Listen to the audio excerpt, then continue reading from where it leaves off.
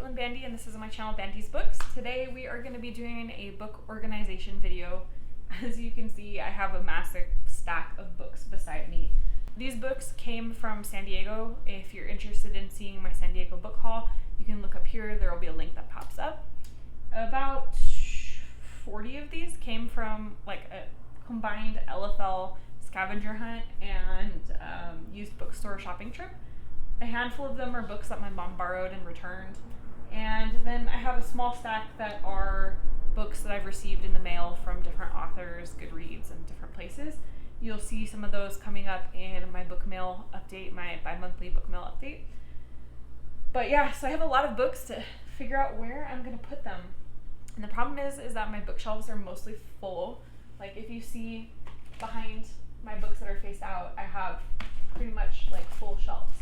So I gotta go through and figure out where these books are gonna go. I have to start getting creative within the house. I also made myself a nice little reading nook recently in my apartment. I got a really, really nice like cushy chair that reclines and some comfy pillows and fuzzy blankets and stuff like that. So I've created this little book nook and we've got hanging plants around it and stuff. It's just starting to really come together, my little reading area. So you'll get to see that whole thing towards the end. So yeah, enjoy.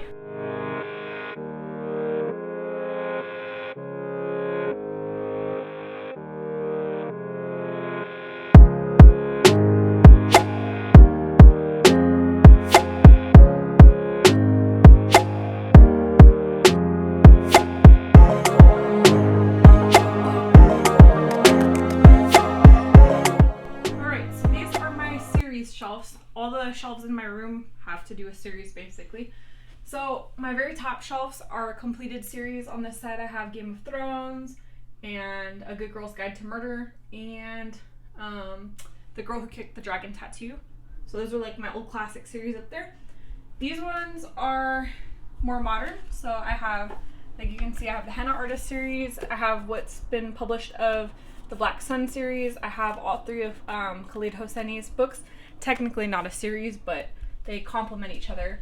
Lobezona and Cazadora, both of the We Hunt the Flames, the Woven and Moonlight Written in Starlight books, and then the Wonder series. The shelf underneath it is series that I'm working on collecting the books for. So I have like the Caraval series. I actually have all of the books for the Cinder series or the Lunar Chronicles, but a friend of mine is borrowing a couple of them. I have a couple of these guys by Paolini. I don't know what the series is called. I forget. A couple of the Miss Peregrine's Peculiar Children books. Ember and the Ash. I've actually read the whole entire series, but I'm working on collecting it. This series, The Way of All Flesh by Ambrose Perry. Really good book. There's two more in the series. You can see, same thing, The Toll, the Inheritance Games. Oh, this one I'm super excited about. I'm working on catching up on the Temeraire series by Naomi Novik. I've been like really, really loving her writing lately, so I found this at a used bookstore, and now I'm trying to find copies of all of it. It's a little difficult. I'm also working on this series by Shannon McGuire, Every Heart's a Doorway. I think there's 8 books published so far. Have The Extraordinaries by TJ Klune. Oh, this is another series I really love. This one's The Queen of Atolia, but the first book is The Thief by Megan Willen Turner. Love this series. Same thing, working on getting hardback covers of all the books in the series, but because it's an older publication, super hard to find. And the Fractured Fable series, which I really love. The second book in the series just published. So this side of my room, I have, again, classic series is up there. I have the Hunger Games, the whole Lord of the Rings, and a bunch of the additional books that J.R.R. Tolkien wrote. And then I have the Harry Potter series. I'm not the biggest fan of J.K.R. with her political issues, but I did love that series growing up, and I've had those books since I was like 10, and I spent like copious amounts of time waiting for each book to come out when I was a kid, so I've kind of kept them for nostalgia's sake.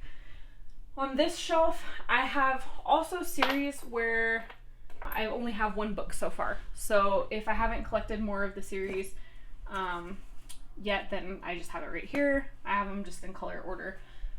Probably some of my favorites right now. This isn't exactly a series, but it's The Three Sisters, and that goes with The Tattooist of Auschwitz and Silka's Journey, which if you're into historical fiction, that's a really good series. Some recent ones that I picked up were Girls of Paper and Fire and Mirage, both supposed to be kind of fantasy dystopias. Deadly Education. I've actually read both of the published books in this series, and the third book comes out later this year. I'm just working on getting copies. Again, Naomi Novik, really enjoying her writing. Oh, this book right here is like just a joy. This is Bones to the Wind by Tatiana Obey.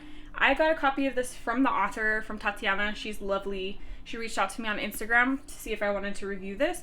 This was right up my alley. It is a North African fantasy duology, badass female characters, just a really, really cool vibe. Probably my favorite indie book of the year so far.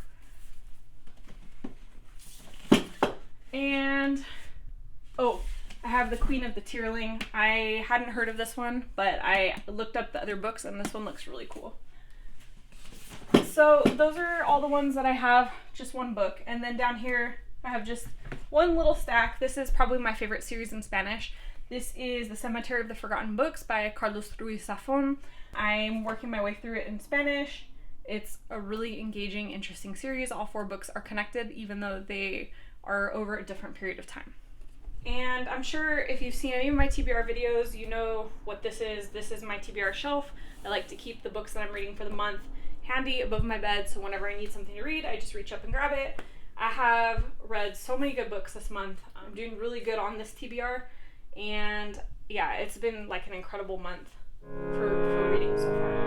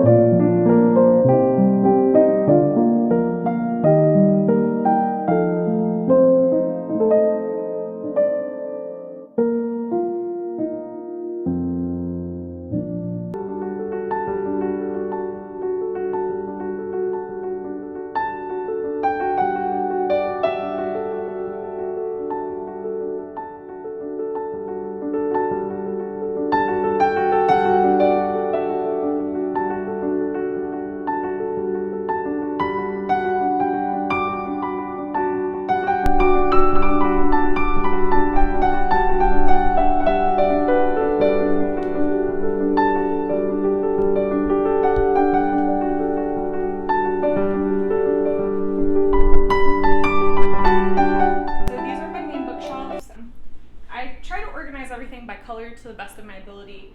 I definitely have like more red books and more blue books and more black books than anything else. So that tends to be the predominant colors on my shelf.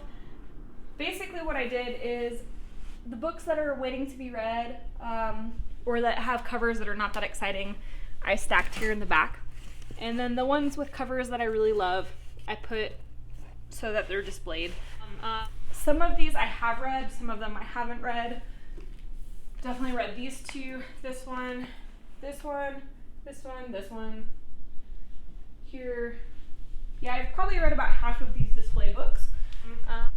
Some of them are just like my absolute favorites. Like you'll see I have House on the Cerulean Sea down here, All Boys Aren't Blue. Those are some of my favorites. The Island of Missing Trees I recently read by Elif Shafak. That's really good. Olga Dies Dreaming, excellent. So yeah, it's a combination of favorite books and books that have really pretty covers. And it's just like mostly organized by color. I know that some people find that really chaotic, but for me, I like it. It just looks so nice and pretty. It's really appealing. And then behind, here's my little reading nook that I've been working on. So we got this nice, super cushy couch chair, and it actually reclines and everything, so it's perfect for reading. Got my nice fuzzy blankets and pillows, put some, plants around it and everything. Got a bunch of little cactuses up there. And then I have these little alcoves up here that I decided to display some books in as well. So I took all of my really colorful books, ones that don't fit a specific color palette, and kind of organized them up there just because I think all of them are really gorgeous. I love really colorful book colors or covers, so I thought those looked nice up there. And then behind my chair, which is a little chaotic, but it's the books I'm getting rid of. So I have a space for books for giveaways. These are little free library books here. And then on this side over here, my mom has a little free library and she likes to read certain books as well. So when I finish books that I either want to give her to read or to go to the little free library, I put them in that one there. So that is my whole book organization system. You've seen my series, you've seen my solo books, you've seen how I organize books that I want to get rid of. Oh, I guess the only other thing really is this stack of books over here are awaiting recipe videos. You can see that I've annotated where the recipes pop up in the books. So these are the ones that I need to shoot. And in the far corner over there, I have a bunch of cookbooks, but that's not that much excitement. I haven't organized them for a really long time. They always stay the same. So probably the last organization video you saw them and they're exactly the same since. So thank you very much for hanging out with me while I organize my books. Hopefully it was interesting to you to see how I do them. Let me know in the comments below how you organize. Do you do them by color? Do you do them by author, alphabetical? Let me know. I'm always curious to see what everyone else does. And if you have a moment, like this video, helps me know if you're enjoying the content that I'm creating. Other than that, thank you so much for joining me. My name is Caitlin Bandy, and this is Bandy's Books. Bye.